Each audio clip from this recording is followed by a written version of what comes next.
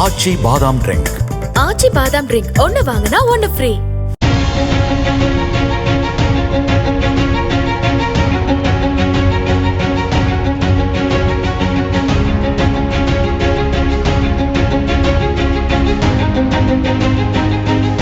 பயங்கரவாதத்திற்கு எதிராக இந்தியாவுடன் அமெரிக்கா உறுதியாக நிற்கிறது. பிரதமர் மோடிக்கும் இந்திய மக்களுக்கும் எங்கள் முழு ஆதரவும் ஆழ்ந்த அனுதாபங்களும் உண்டு என ஆவேசமாக கூறியிருக்கிறார் அமெரிக்க அதிபர் ட்ரம்ப். இந்த கொடூரமான குற்றத்தை நியாயப்படுத்தவே முடியாது.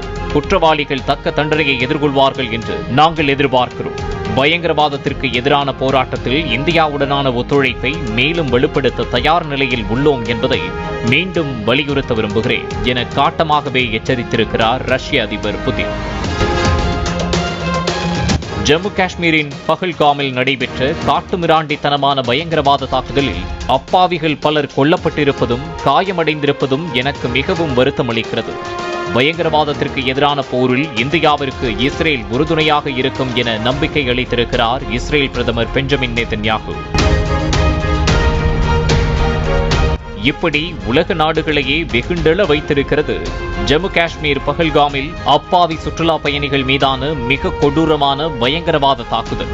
இது குறித்து நம்ப முடியாத அளவிற்கு அதிர்ச்சி அடைந்தேன். எங்கள் சுற்றுலா பயணிகள் மீதான இந்த தாக்குதல் அருவருப்பானது. தாக்குதலை நடத்தியவர்கள் விலங்குகள், மனிதாபிமானமற்றவர்கள். கண்டிக்க வார்த்தைகள் போதாது. உயிரிழந்தவர்கள் குடும்பங்களுக்கு எனது அனுதாபங்கள் என சீறி இருக்கிறார் ஜம்மு காஷ்மீர் முதல்வர் உமர் அப்துல்லா. 2019 ஆண்டு ஆகஸ்ட் மாதம் ஜம்மு காஷ்மீருக்கு சிறப்பு அந்தஸ்து வழங்கிய 370வது பிரிவு நீக்கப்பட்ட பிறகு நடைபெற்றுள்ள மிகப்பெரிய தீவிரவாத தாக்குதல் இதுவாகும். இந்த பயங்கரவாத தாக்குதலை கண்டித்து ஜம்மு காஷ்மீரில் 35 ஆண்டுகளுக்கு பின்பு முதல் முறையாக முழு கடையடைப்பு போராட்டம் நடப்பதாக அறிவிக்கப்பட்டிருக்கிறது. இதனால் தலைநகர் ஸ்ரீநகரில் பெரும்பாலான கடைகளும் பெட்ரோல் பங்குகளும் மூடப்பட்டுள்ளன. பள்ளி கல்லூரிகளுக்கு விடுமுறை அளிக்கப்பட்டிருக்கிறது. நகர் முழுவதும் அத்தியாவசிய பொருட்களுக்கான கடைகள் மட்டுமே திறந்திருந்தன. பயங்கரவாத தாக்குதலை முன்னிட்டு காஷ்மீர் முழுவதும் பாதுகாப்பு பலப்படுத்தப்பட்டுள்ளது.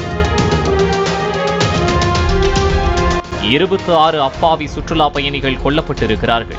20 பேருக்கும் மேற்பட்டவர்கள் காயங்களுடன் மருத்துவமனையில் சிகிச்சை பெற்று வருகிறார்கள். இதில் தமிழ்நாட்டைச் சேர்ந்தவர்களில் டாக்டர் பரமேஸ்வரன் மற்றும் 83 வயது சந்துரு ஆகியோர் காயமடைந்திருப்பதாக தெரிவிக்கப்பட்டுள்ளது. அவர்கள் அனந்த்நாக் மருத்துவமனையில் சிகிச்சை பெற்று வருவதாகவும் கூறப்படுகிறது. மேலும் சம்பவ இடத்தில் இருந்த 57 வயது பாலச்சந்திராவிற்கு நெஞ்சு வலி ஏற்பட்டுள்ளதால் அவருக்கும் சிகிச்சை அளிக்கப்பட்டு வருவதாகவும் கூறப்படுகிறது. சுற்றுலா தலத்திற்கு தாமதமாக சென்றதால் 68 தமிழர்களின் உயிர் தப்பித்தது எனவும் கூறப்படுகிறது.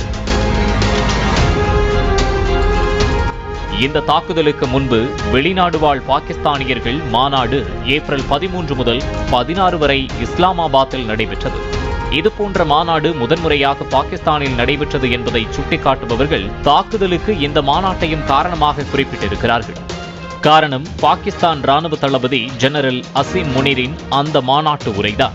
இருதேச கோட்பாடு பற்றி பேசிய அவர் காஷ்மீர் பாகிஸ்தானின் கழுத்து நரம்பு என்று குறிப்பிட்டவர் இந்துக்களுக்கும் முஸ்லிம்களுக்கும் இடையிலான வேறுபாட்டை அடிக்கோடிட்டு காட்டியிருந்தார். உலகில் எந்த சக்தியாலும் காஷ்மீரை பாகிஸ்தானிடமிருந்து பிரிக்க முடியாது என்றும் தெரிவித்திருந்தார்.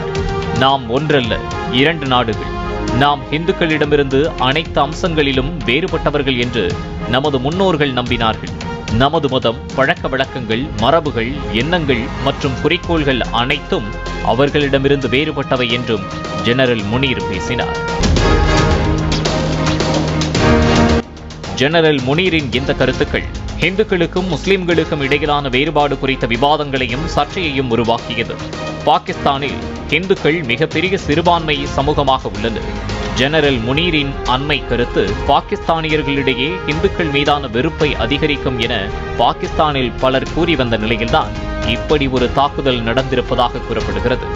இந்த நிலையில் இந்த தாக்குதலுக்கு காரணமானவர்கள் யாராக இருந்தாலும் அவர்கள் தப்ப முடியாது என்றும் முழு பலத்துடன் பதிலடி கொடுக்கப்படும் என்றும் உள்துறை அமைச்சர் அமித்ஷா எச்சரித்துள்ளார். பிரிட்டிஷ் பத்திரிகையான தி எகனாமிஸ்டின் பாதுகாப்பு ஆசிரியர் சஷாங்க் ஜோஷி கூறும்போது, எதிர்வரும் வாரங்களில் பாகிஸ்தானுக்கு எதிராக இந்தியா ராணுவ நடவடிக்கை எடுக்கக்கூடும் என்றும் நம்புகிறேன் என்று எழுதியிருப்பதோடு மே மாதத்தின் கடைசி வாரத்தில் இந்தியா ராணுவ நடவடிக்கை எடுக்க 60% வாய்ப்பு உள்ளது, நான் அதை விளையாட்டிற்கு சொல்லவில்லை என்றும் குறிப்பிட்டிருப்பது கவனம் பெற்று வருகிறது.